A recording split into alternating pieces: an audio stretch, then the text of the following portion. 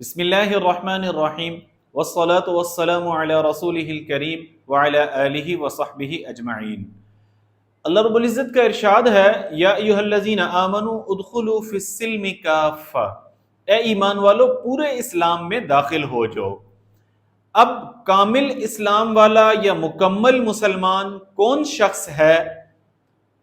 اس کے لیے اگر دیکھا جائے تو چند چیزیں ہیں، اگر وہ ہمارے اندر آ جائیں، اگر ہم محنت اور کوشش کر کے وہ چیزیں اپنے اندر پیدا کر لیں تو یقیناً ہم اللہ رب العزت کی نظر میں ایک کامل ایمان والے بن جائیں گے یا کامل مسلمان، مکمل مسلمان بن جائیں گے۔ سب سے پہلی چیز ہے اللہ رب العزت کی ذات کے اوپر ایسا یقین ہو جو غیر متزلزل ہو۔ یقین کسے کہتے ہیں، ایمان کسے کہتے ہیں کہ کسی کے اعتماد پہ کسی بات کو مان لینا، اس کو یقین یا ایمان کہتے ہیں۔ اور اسلام کے اصطلاح میں حضور صلی اللہ علیہ وسلم کی بات کو بغیر کسی مشاہدے کے یقینی طور پر آپ صلی اللہ علیہ وسلم کے اعتماد پر تسلیم کر لینا، اس کو ایمان کہتے ہیں۔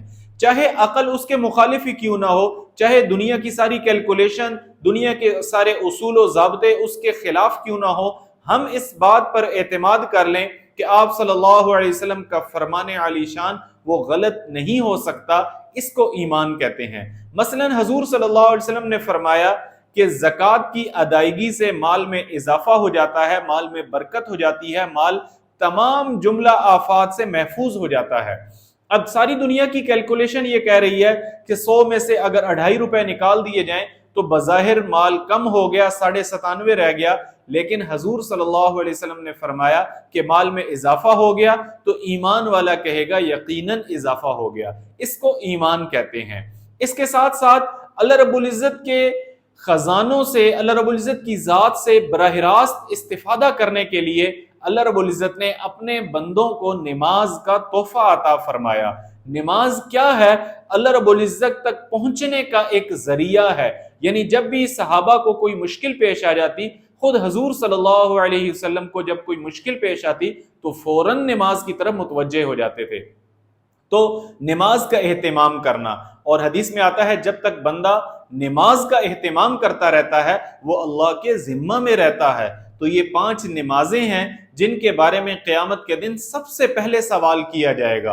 اول ما سئل العبد، جس کے بارے میں بندے کا سب سے پہلا سوال ہوگا کہ جی اس سے پوچھا جائے کہ اس نے نمازوں کا اہتمام کیا تھا یا نہیں کیا تھا۔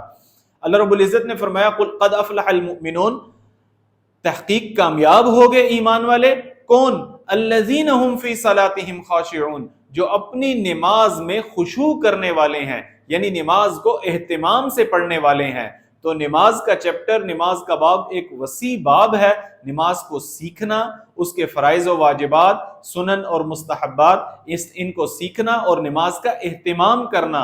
عام زبان میں کہا جائے کہ نماز کی ٹینشن لینا۔ جیسے دنیا میں کسی کے ذمہ کوئی بڑا کام لگ جاتا ہے تو وہ اس کے لیے پریشان ہوتا ہے، سوچتا ہے، اپنی صلاحیت کا استعمال کرتا ہے اور اس کی ٹینشن لیتا ہے۔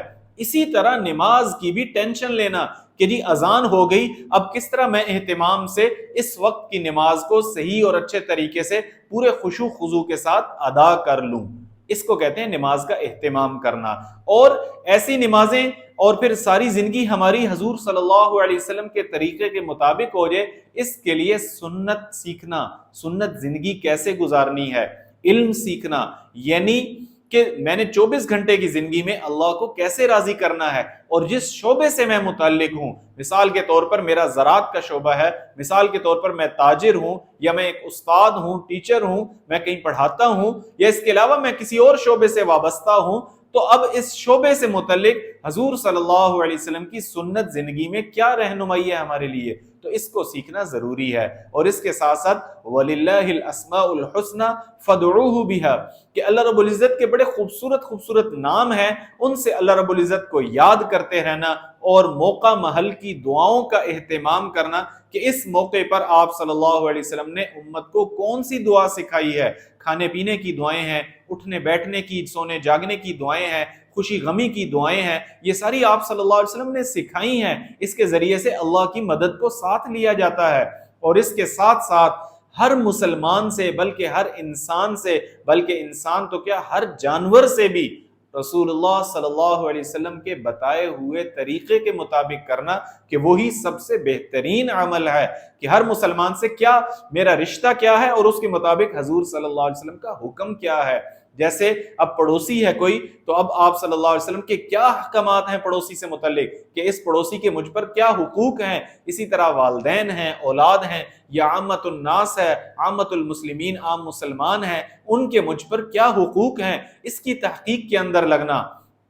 آپ صلی اللہ علیہ وسلم نے فرمایا کہ کامل مسلمان المسلم من سلم المسلمون من لسانہ و یدہ، صرف دو چیزوں میں خلاصہ نکال کر بتا دیا کہ جس کی زبان سے اور جس کے ہاتھ سے سب محفوظ ہو جائیں، یہ کامل مسلمان ہے، یہ مکمل مسلمان ہے۔ اور اس کے ساتھ ساتھ شیطان ہر وقت مسلمان کی ٹوہ میں ہے کہ کس طرح اس کے عمل کو برباد کر دے، اس کے عمل کو، یہ اب عمل اول تو کرنا مشکل ہے، جب کر لیا تو اس کے بعد شیطان کیا کرتا ہے، کس طرح اس کے عمل کو لوگوں کے لیے کر دے، وہ اللہ کے لیے خالص نہ رہے، بلکہ اس کا مقصد، اس کے پیچھے جو ہے وہ انسان کی یہ خواہش پیدا ہو جائے کہ یہ اس پر لوگ مجھے کچھ بدلہ دے دیں، یا لوگ مجھے اچھا سمجھنا شروع کر دیں، میری واہ واہ ہو جائے، میری بلے بلے ہو جائے۔